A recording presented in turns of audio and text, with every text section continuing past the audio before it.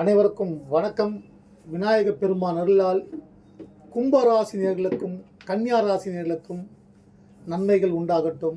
எத்தனையோ வேதனைகளில், பிரச்சனைகளில், கடன் தொல்லையில், திருமணமாகவில்லையே என்று வருத்தத்தில், வேலை கிடைக்கவில்லையே என்று ஏக்கத்தில் பல பேர்கள் இருக்கலாம். நீங்கள் நினைத்தது நடக்க அந்த விநாயகர் பெருமான் பாதம் சரணடைந்து அருகம்புல் வைத்து வழிபடுங்கள். நீங்கள் கேட்டது கிடைக்கும்.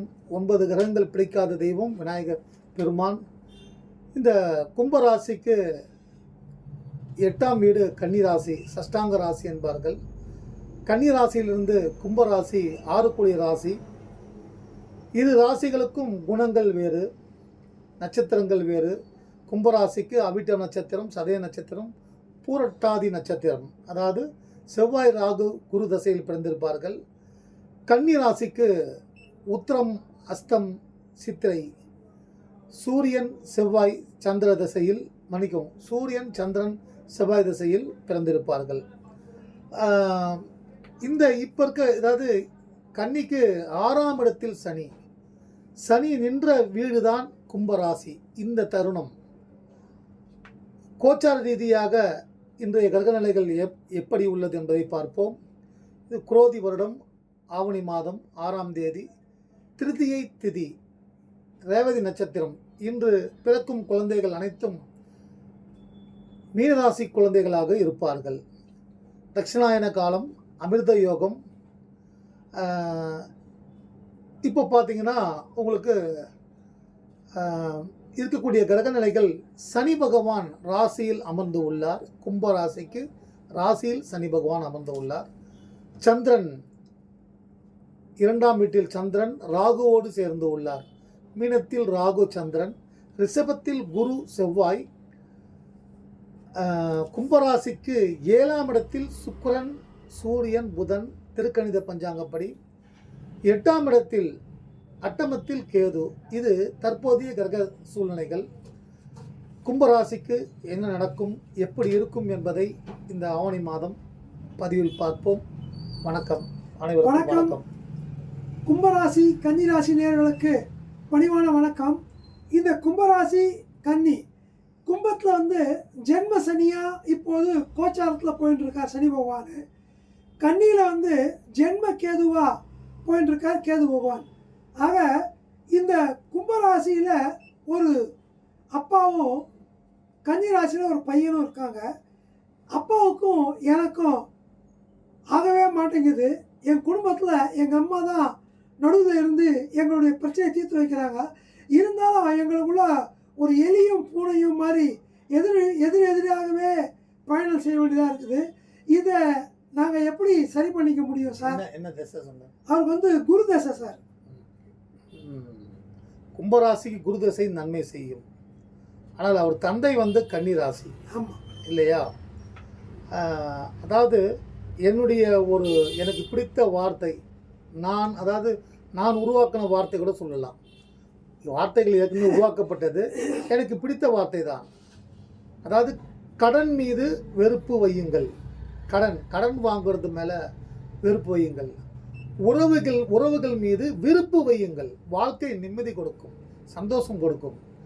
அப்பா அம்மா உலகத்தில் தாய் தந்தை தான் உலகத்தின் நிஜ தெய்வம். தெய்வம் இருக்கிறது இல்லைன்றதெல்லாம் வேற. ஆனால் நம் கண்கண்ட தெய்வம் அப்பா அம்மா தான்.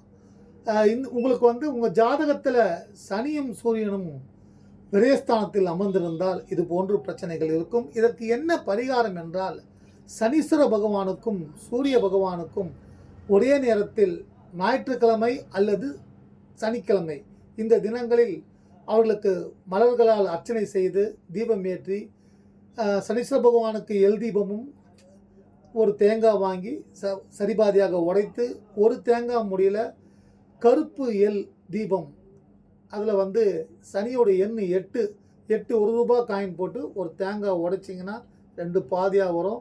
குடுமையை பிச்சுடுங்க. ஒரு பாதியில் சனீஸ்வர, அதாவது எள்ளு வாங்கி ஒரு சின்ன துணியில் முடிச்சு போட்டு இந்த முடிச்சே திரியாக்கி தேங்காய் மேலே சாய்க்காமல் நேராக நிற்க வச்சு தீபம் ஏற்றி, ஓம் நீலாஞ்சன சமாபாசம் ரவி புத்திரம் யமாக்ரஜம் சாயா மார்த்தாண்டம் சர்வ சம்பூதம் தம் நமாமி சனைச்சரம் என்ற ஸ்லோகம் சொல்லி தீபம் ஏற்றி வழிபடுங்கள். அடுத்து சூரிய பகவானுக்கு கோதுமை, அதே இன்னொரு முடி இருக்கு இல்லையா, கோதுமையில் வந்து ஒரு துணியில் முடிச்சு போட்டு தீபம் ஏற்றி அவருக்கு வந்து அர்ச்சனை செய்து வழிபடுங்கள். இது வேண்டிக்குங்க. நம்ம வந்து நம்ம அப்பா அம்மா கிட்ட என்னென்ன வேணும், எனக்கு ராயல் என்ஃபீல்டு வேணும், எனக்கு வந்து இப்போது எலக்ட்ரிக் வெஹிக்கிள் வேணும் அப்படின்னு கேட்குறோம் இல்லையா, அது மாதிரி இது ஆணாக இருந்தாலும் பெண்ணாக இருந்தாலும் தன் தாய் தந்தையிடம் என்னென்ன கேட்டு நம் தேவைகளை பூர்த்தி செய்து கொள்கிறோமோ அதே போல் அந்த இறைவனிடம் சென்று வேண்டிக் கொண்டால் அந்த தோஷங்கள் விலகும். அதே சமயம் உங்களை நீங்கள் மாற்றிக்குங்க. அப்பா கிட்ட அன்பாக இருக்கணும். பிள்ளைகள்கிட்ட வந்து தாய் தந்தை வந்து ஒரு கண்டிஷன் கூடாது. நான் இப்படி தான், நான் ரொம்ப சிஸ்டமாக வச்சுருப்பேன், என்னை பார்த்தா பயப்படணும். நான் பார்த்துருக்கேன் ரொம்ப கண்டிஷனாக என்னை பார்த்தா பயப்படுறவங்க பயப்படுற மாதிரி வளர்த்த தாய் தந்தையர் 30 வருடங்களுக்கு முன்பு இப்போது 30 வருடங்களுக்கு பின்பு எப்படி இருக்காங்கன்னு நான் பார்த்துருக்கேன். இன்றைக்கி அப்பா அம்மாவை பிள்ளைகள் மதிக்கிறதில்ல. காரணம் நாம் வளர்க்கும் விதம்தான். எப்போ ஒரு அப்பா அம்மா வந்து ஃபாதர் மதர் வந்து ஒரு நண்பர்கள் போல் அப்பா அம்மாவோட பழகுனா அவங்க எப்பயுமே பிரிய மாட்டாங்க. ஒரு பக்கம் கிரகங்கள் வந்து என்ன திசை நடந்தாலும், எந்த புத்தி நடந்தாலும், ரொம்ப பலவீனமாக ஜாதகம் இருந்தாலும், அஷ்டமத்து சனி நடந்தாலும், ஏழரை நடந்தாலும், எது நடந்தாலும் நம்ம பாசம் அன்பு காட்டினால் எத்தகைய பிரச்சனை வந்தாலும் கிரகங்களால் வரக்கூடிய தீமைகளை எளிதாக நாம் தடுத்து வெளியே வந்துடலாம். அதனால் வந்து அப்பா அம்மா வந்து கண்டிப்பாக பிள்ளைகளுடன் நீங்கள் வளர்க்கும் போதே பாசத்தை காட்டி வளங்க, நன்மை உண்டாகும். ஒரு பெண்ணையருங்க, அவங்க கன்னிராசி, வயது 46. அவங்க கணவர் வந்து வேலைக்கு போக மாட்டேங்கிறாரு, குடிகாராக மாறிட்டார். அவர் வந்து கும்பராசியாக இருக்கார். நான் எவ்வளவோ பேசி திருத்தி பார்க்குறேன், அவர் எதுவும் செய்ய மாட்டேங்கிறாரு. அவர் வந்து குடிக்கு அடிமையாயிட்டார். இந்த குடிக்கு அடிமையானவங்களை வந்து எந்த கிரகத்தை வச்சு சரி பண்ணுறது, இல்லை எந்த கோயிலுக்கு போனால் இவங்களுடைய அந்த குடிப்பழக்கத்தை விட்டுருவாங்கன்னு கேட்குறாங்க. குடிப்பழக்கத்தை விடணும்னா யார் குடிக்கிறாங்களோ அவங்க மனசு வச்சாதான் குடியை விட முடியும். குடியினால் நான் வந்து என்னுடைய வயதில் எனக்கு ஒரு பேரன் 8 வயசு 7 வயசு பேரன் பேத்தியிருக்காங்க. இத்தனை வருடங்கள் என்னுடைய அனுபவம், என்னுடன் பயணித்த நண்பர்கள் எத்தனை பேர்கள் என்னோட உயர்ந்த இடத்துல இருக்காங்க. இன்னும் அடையாளமே தெரியாமல் எத்தனையோ பேர் இல்லாமே போயிட்டாங்க குடியால். நிறைய குடும்பங்கள் எல்லோரும் பார்த்து கொள்ளலாம். அதனால் வந்து இதுக்கு என்ன தெய்வம் என்று வந்தால் நீங்கள் லட்சுமி நரசிம்மரை வழிபடுங்கள். லட்சுமி நரசிம்மரை வழிபடுவது, ஆதி வராகமூர்த்தி பெருமானுக்கு தீபம் ஏற்றி வழிபடுவது, இதை வந்து சாமிகிட்ட வேண்டிக்கின்னு எனக்கு அந்த எண்ணங்கள் இருக்கக்கூடாது, இந்த எண்ணங்களால் தான் என்னுடைய மனைவிக்கும் எனக்கும் பிரச்சனை வருகிறது, நான் வந்து நல்லா இருந்த 7 சனி வந்தவன எனக்கு இது மாதிரி எண்ணங்கள் என்பது போல் நண்பர்கள் அதிகமாகிவிட்டது, நான் பழகி கொண்டேன். நிறைய பேர்கள் குடிப்பதற்கு ஒரு காரணம் சொல்கிறாங்க, எனக்கு இந்த கஷ்டம் அந்த கஷ்டம் இந்த கஷ்டம்ன்று. குடியால் பாதிக்கப்பட்டவங்க அதாவது ஓரளவுக்கு ஒரு சின்ன கொஞ்சமாக குடித்து குடும்பத்தை காப்பாற்றுறவங்க எவ்வளோ பேர் இருக்காங்க. அவங்கள நான் குடிகாரன் என்று நான் சொல்லக்கூடாது. அது வந்து அவங்க குடும்பத்தை கரெக்டாக வச்சுக்கிறாங்கன்னு. நம்ம உடல் ஆரோக்கியத்திற்கு கேடு. கிட்னி ஃபெயிலியர் ஆகும் குடித்தா. எத்தனோ பேர் இறந்துருக்காங்க.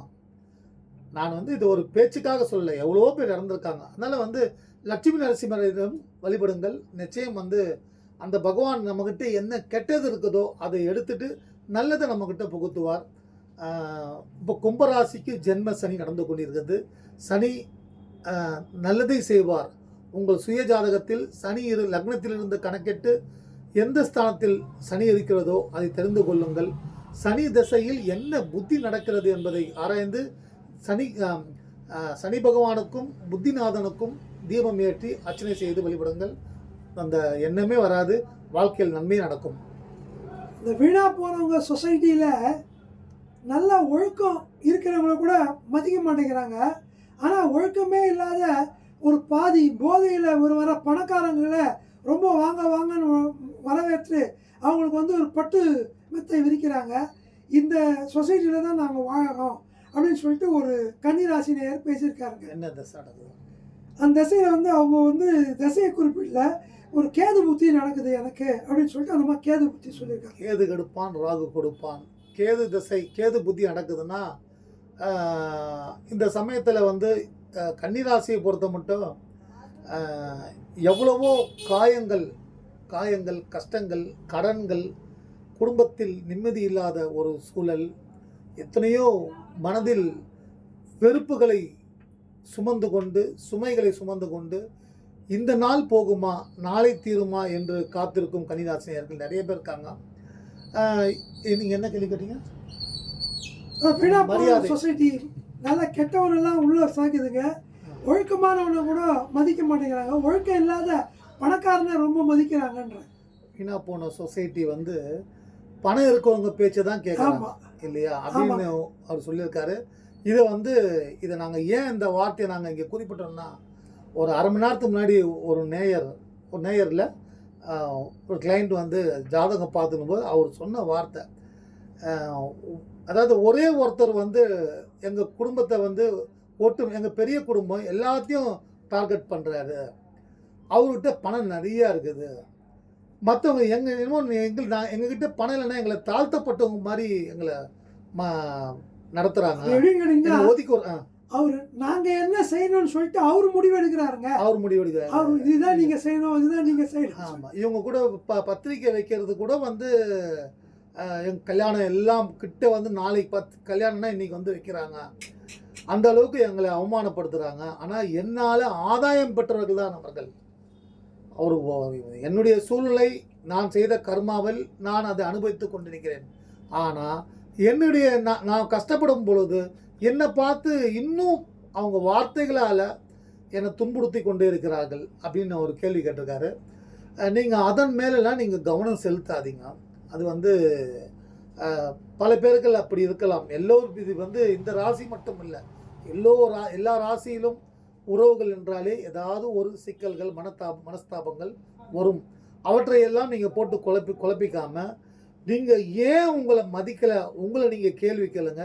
நீங்கள் எங்கே தப்பு பண்ணியிருக்கீங்க, நீங்கள் இறங்கி போயிருக்கிறதுக்கு, உங்களுக்கு கடன் இருக்கிறதுக்கு என்ன காரணம், நீங்கள் இந்த நிலைமையை விட்டு வெளிவரத்துக்கு என்னென்ன உங்களை நீங்கள் மாற்றிக்கொள்ள வேண்டும், இப்படி நீங்கள் வந்து இந்த எதிர்காலத்தில் அடுத்த ஸ்டெப்புக்கு வரக்கூடிய சக்தி, எதை செய்தால் உங்களுக்கு இந்த சக்தி கிடைக்கும், யாரிடம் தொடர்பு கொண்டால் வாடிக்கையாளர்கள் வேலை விஷயமா, வியாபார விஷயமா அல்லது பணி நிமித்தமாக நீங்கள் யாரெல்லாம் நீங்கள் கான்டாக்ட் பண்ணால் உங்களுக்கு அதன் மூலம் உங்களுடைய தரம் உயரும் என்பதை யோசித்து முயற்சி செய்யுங்கள். நிச்சயம் வாழ்க்கையில் எல்லோருக்கும் ஒரே நிலை இருக்காது. இது காலச்சக்கரம். காலச்சக்கரத்தின் தலைவன் காலபைரவர் சிவபெருமானின் அம்சம். அவர் மாற்றிக்கொண்டே இருப்பார். கீழே இருப்போம் மேலே இருப்பாங்க, மேலே இருப்போம் கீழே இருப்பாங்க. நாம் நடுநிலையாக கடவுள் நம்பிக்கையோடு உழைப்பு தான் நம்மளை வந்து உயர்த்தும். நம்ம ஏமாந்துட்டோம்னா வாழ்க்கையில் மறுபடியும் அந்த ஒரு வளர்ச்சியான பாதை கிடைக்கணும்னா நிறைய போராட வேண்டியிருக்கு. அதனால் வந்து உங்கள் உழைப்பு மேலே கவனம் வைங்க. அது போன்ற வீணாக பேசுகிறவங்க, உங்களை தரம் குறைஞ்சி பேசுகிறவங்க, வீணாக போனவங்க நீங்கள் வச்சுங்க, அவங்கள வச்சுங்க. அவங்களுக்குள்ளே நீங்கள் அவங்கள நினைச்சாலே உங்கள் வாழ்க்கை வீணாக போகும். அதனால் அவங்கள பற்றி நினைக்காதீங்க.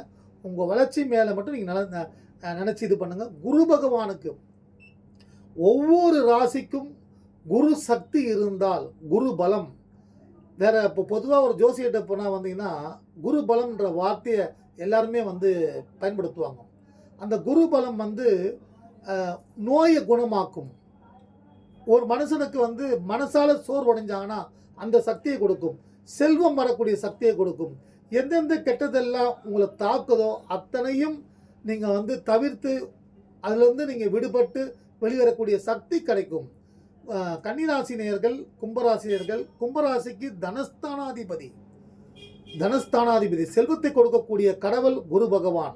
அவரே லாபஸ்தானாதிபதி. நல்ல வாழ்க்கை, நல்ல சந்தோஷம். குடும்பஸ்தானாதிபதி, வாக்குஸ்தானாதிபதி, இதெல்லாம் வந்து லாபஸ்தானாதிபதி கும்பராசிக்கு குரு பகவான் தான். கன்னியா ராசியை பொறுத்த மட்டில் அவர் வந்து களத்திர ஸ்தானாதிபதி. நல்ல மனைவி அமைய வேண்டும், நல்ல கணவன் அமைய வேண்டும், வாழ்க்கையில் நாம் நினைத்த வாழ்க்கை, நல்ல வியாபாரம் வர வேண்டும் என்றால் உங்கள் ராசிக்கு 7ஆம் இடத்து அதிபதி குரு பகவான். அந்த குரு பகவானுக்கு தீபம் ஏற்றி வழிபடுங்கள். வாழ்க்கையில் நிறைய மாற்றங்கள் உண்டாகும். என்ன திசையில் நீங்கள் இருக்குதுன்னு பார்த்துங்க. அந்த திசைக்கு உண்டான தெய்வத்தை வழிபட்டு முயற்சிகளை தொடர்ந்து செஞ்சுனே வாங்க. நிறைய சர்க்கல்கள் வரும், நிறைய ஏமாற்றங்கள் வரும். அத்தனையும் பொறுமையாக கடந்து நாம் ஜெயிப்போம் என்ற ஒரு உறுதியான வார்த்தையை உங்கள் மனதிற்குள் நல்ல இறுக்கமாக வச்சுக்கிட்டு முயற்சி பண்ணுங்க, வெற்றி உண்டாகும். அடுத்த கொஸ்டின். ஒரு மாணவர்களுக்கு கேட்டிருக்காங்க, என் பையன் வந்து கும்பராசி சதய நட்சத்திரங்க, நான் கன்னி ராசி. இந்த ஜென்ம சனி கும்பத்தில் வந்ததுலேருந்து என் பையன் படிக்க மாட்டேங்கிறாங்க. இப்போ தான் டிகிரி ஜாயின் பண்ணியிருக்கான். 1 வருஷம் ஆயிடுச்சுங்க. படிப்பில் சரியாக கவனமே இல்லாத ஒரு எப்போ பார்த்தாலும் சோர்வாகவும் சோம்பேறித்தனமாகவும் இருக்கான். இதுக்கு எந்த இது பண்ணோம்னா அவன் திருப்பவும் படிப்பை நல்லபடியாக தொடருவான் சார்? 7 சனி ஜென்ம சனின்னா பயம் தேவையில்லை. 7 சனி ஜென்ம சனியில் எத்தனையோ பேர் வீடு கட்டி, எத்தனையோ பேர் வாழ்க்கையில் பலவிதமான முன்னேற்றங்களை கண்டுள்ளார்கள். அதனால் 7 சனி வந்து கெட்டது செய்யும்ல, அது கிடையாது. அந்த 7 சனினாலே சில பேர் பயந்துருவாங்க. அந்த பயத்தாலேயே அவங்களுக்கு வந்து அவங்க செய்யக்கூடிய செயல்கள் எல்லாமே அதில் வந்து பாதிப்பு உண்டாகி அவங்க கீழே இறங்கி வந்துடுவாங்க. பயப்படாதீங்க, 7 சனி அது இருக்கும். அந்த 7 சனிக்கு ஒரே ஒரு முறை உங்களுக்கு டைம் கிடைச்சதுன்னா திருநள்ளாறு போயிட்டு வாங்க, அல்லது உங்கள் வீட்டு பக்கத்தில் இருக்கக்கூடிய கோயிலில் போயிட்டு சனீஸ்வர பகவானுக்கு எல் தீபம் ஏற்றி வழிபடுங்கள். அதை பண்ணாலே போதும். சனீஸ்வர பகவான் உழைப்பை விரும்புபவர். யார் யாரெல்லாம் உழைக்கிறாங்களோ அவங்கள வந்து தூக்கி மேலே விடுபவர். அவருக்கு வந்து இந்த பித்தலாட்டம், ஏமாத்துக்காரகன், மோசடி செய்பவர் இவர்களுக்கு தான் தண்டனை கொடுப்பார். அதனால் வந்து உங்கள் ஜாதகத்தில் அந்த சனி பகவான் இருக்கும் இடம் பொறுத்தும் உங்கள் வாழ்க்கை உயர்வு, ஏற்றம், இறக்கம் வரும். அதனால் சனீஸ்வர பகவானுக்கு எல் தீபம் ஏற்றி வழிபடுங்கள். இன்னொன்று, புதன் பகவான் கும்பராசிக்கு பூர்வ புண்ணிய ஸ்தானாதிபதி புதன் பகவான். அவரே 8 கொடையவன். அந்த புதன் பகவான் நவகிரகத்தில் இருக்கக்கூடிய புதன் பகவானுக்கு புதன்கிழமை என்று பச்சை வஸ்திரம் சாத்தி பச்சை பயிறு வைத்து ஓம் கஜகஸ்தாய் வித்மகே சுக ஆஸ்தாய தீனகி தன்னோ புதக பிரசோதியாத் என்ற ஸ்லோகம் சொல்லி தீபம் ஏற்றி வழிபடுங்கள். அந்த புதன் பொன் கிடைத்தாலும் புதன் கிடைக்காது என்பார்கள். அதனால் அதே சமயம் நீங்கள் பெருமாளை, மகாவிஷ்ணு பெருமாளை வழிபடுறதும் நிறைய நன்மைகள் உண்டாகும். நம்ம நல்லதை எடுத்துப்போம். 8ஆம் இடத்துக்கு நம்ம அதை எடுத்துக்க வேண்டாம். 5ஆம் இடத்துக்கு உண்டான சக்தியை நாம் உள்வாங்கிக் கொண்டு அந்த பெருமாளையும் பரமாத்மாவையும் நவகிரகத்தில் இருக்கக்கூடிய புதன் பகவானையும் வழிபட்டால் யோகம் உண்டாகும். கும்பராசிக்கு ஒரு குணம், கன்னி ராசிக்கு ஒரு குணம். கும்பராசி ரொம்ப உதவி பண்ணக்கூடிய குணம் உடையவர்கள், நேர்மையாக இருக்கணும்னு நினைப்பாங்க. இப்போ 7 சனி உங்கள் நேர்மையை சீர்குலைக்கும். கவனமாக இருங்கள். உங்கள் ஜாதகத்தில் சனி பகவான் பாதிப்பான இடத்தில் இருந்தால், மற்ற கிரகங்கள் மற்ற திசைகள் உங்களுக்கு வந்து வலுவான திசை நடந்தால் அந்த 7 சனி உங்களுக்கு பாதிப்பை கொடுக்காது, அவமானத்தை கொடுக்கும்.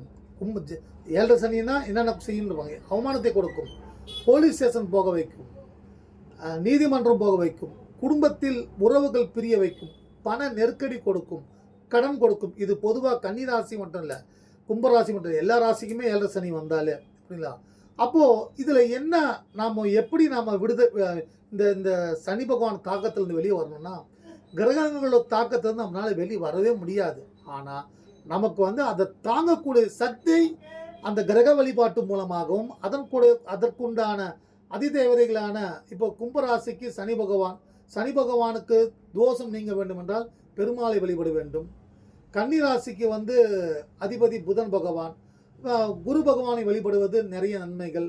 அடுத்து பார்த்தீங்கன்னா 3ஆம் தைரிய ஸ்தானத்திற்கு அதிபதியான அங்காரக பகவானுக்கு தீபம் ஏற்றி வழிபடுவது கன்னிராசினர்களுக்கு தைரியம் கிடைக்கும், மனபலம் கிடைக்கும். நிலம், வீடு, வாசல் பிரச்சனைகள் இருந்தால் அது தீரும். இந்த கும்பராசினியர்கள் பார்த்தீங்கன்னா கொஞ்சம் பிடிவாதத்தை குறைத்து கொள்ளுங்கள்.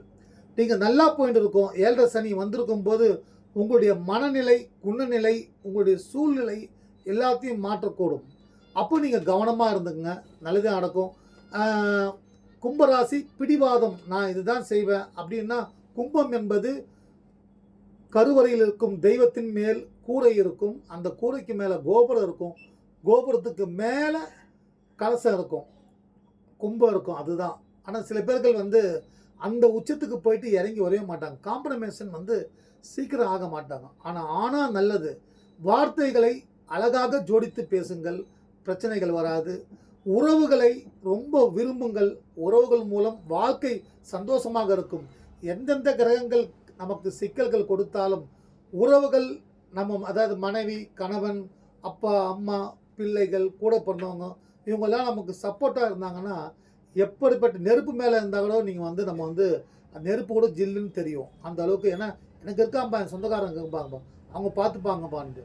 ஆனால் பல இடத்துல அது இருக்கிறதில்ல. அந்த அதாவது வெளியாளுங்க எதிரிங்க கொடுக்கக்கூடிய டார்ச்சரை விட சொந்தக்காரங்களோட டார்ச்சர் தான் அதிகமாக கும்பராசி கன்னிராசிக்கும் ஒரு சிலர்களுக்கு வரும். அதனால் அது போன்ற சூழ்நிலையெல்லாம் ஒதுக்கி விடுங்கள். இப்போ இருக்கக்கூடிய கிரக நிலைகள் 7ஆம் இடத்துல சனி, அதாவது புதன், சுக்கிரன், சூரியன் 7ஆம் பார்வையாக சனி பகவானை கும்பராசியை பார்த்து கொண்டிருக்கிறார்கள். மாணவர்களுக்கு நல்ல வளர்ச்சி, யோகம், செல்வம் சிறப்பாக இருக்கும். கும்பராசிகளுக்கு அடுத்த வருடம் குரு பகவான் மிதுன ராசிக்கு சஞ்சாரம் செய்து தன்னுடைய 9ஆம் பார்வையாக கும்பராசியின் மீது பார்வை. 7 சனி ஆரம்பித்து நிறைய, அதாவது நல்லா இருந்த காரில் போயிருந்த காரு போச்சு, கடன் நிறைய ஆகிப்போச்சு, வாழ்க்கையே கெட்டு போச்சு அப்படின்னு நினைக்கிறவங்களுக்கு குரு பகவான் தன்னுடைய சுப பார்வை உங்கள் ராசியின் மீது பதிய போகிறார். நிறைய நல்ல மாற்றங்கள் உண்டாக போகிறது கும்பராசிக்கு. கன்னியா ராசிக்கு குரு பகவான் இப்போ நேரடியாக பார்வை இருக்குது. கன்னிராசினியர்கள் பார்த்தீங்கன்னா அப்படியே ஒரு ஐஸ் போல் உறைஞ்சிருக்காங்க. ஏன்னா கஷ்டம் ஒரு முறை வந்தால் பரவாயில்ல, 2 முறை வந்தால் பரவாயில்ல, 20 வருஷம் ஒருத்தருக்கு கஷ்டம் வந்தால் எப்படி அவங்க அதில் அவங்களுக்கு வந்து எல்லாத்து மேலேயும் நம்பிக்கை போயிடுது. நிறைய பேர்கள் வந்து கடவுள் மேலே நம்பிக்கை இழந்துடுறாங்க. ஆனால் அது கிடையாது. கிரகங்கள் தன் கடமையை செய்து கொண்டிருக்கிறது என்பதை நாம் உணர்ந்து கொண்டு நாம் முயற்சியை தொடர்ந்து செய்து கொண்டே இருந்தால் நிச்சயம் மாற்றம் வரும். கன்னிராசி நேயர்களை போல ஒரு நல்லவங்க யாரும் இருக்க மாட்டாங்க. எல்லா ராசியிலும் கெட்டவங்க நல்லவங்க இருப்பாங்க. பொதுவான ஒரு இது. நீங்கள் ஜோதிடத்தில் பார்த்தீங்கன்னா, நீங்கள் எந்த ஒரு பத்திரிகையில் 12 ராசியை பார்த்தீங்கன்னா அடுத்தவர்களுக்கு உதவி செய்யக்கூடிய குணமுள்ள கன்னிராசினர்களேன்னுவாங்க. மற்ற ராசிக்கெல்லாம் அது போட மாட்டாங்க. எல்லா ராசியிலும் நல்லவங்க இருக்காங்க, ஆனால் போடுவாங்க. அப்படிப்பட்டவங்களுக்கு தான் அதிகமான அதாவது ரொம்ப கஷ்டத்தை தாங்கக்கூடிய சக்தி யாருக்கு இருக்குதுன்னா கன்னிராசி இருக்குது. நீங்கள் மீண்டு வந்து விடுவீர்கள் எல்லா கஷ்டங்களிலிருந்தும். இறைவனை வழிபடுங்கள். உங்கள் முயற்சிகளை தொடர்ந்து செய்து கொண்டு வாருங்கள்.